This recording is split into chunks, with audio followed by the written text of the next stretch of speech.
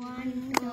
3 লম্বা একটা বিড়ি বিড়িতে নাই আগুন হয়ে গেল বেগুন বেগুনে নাই বিচি হয়ে গেল কেসি কেসিতে নাই দাঁত হয়ে গেল হাড় হাড়ে নাই রকেট হয়ে গেল পকেট পকেটে নাই টাকা কেমনে যাব ঢাকা ঢাকাতে নাই গাড়ি কেমনে যাব বাড়ি বাড়িতে নাই বাস দিলাম একটা বাস পাতে নাই গন্ধ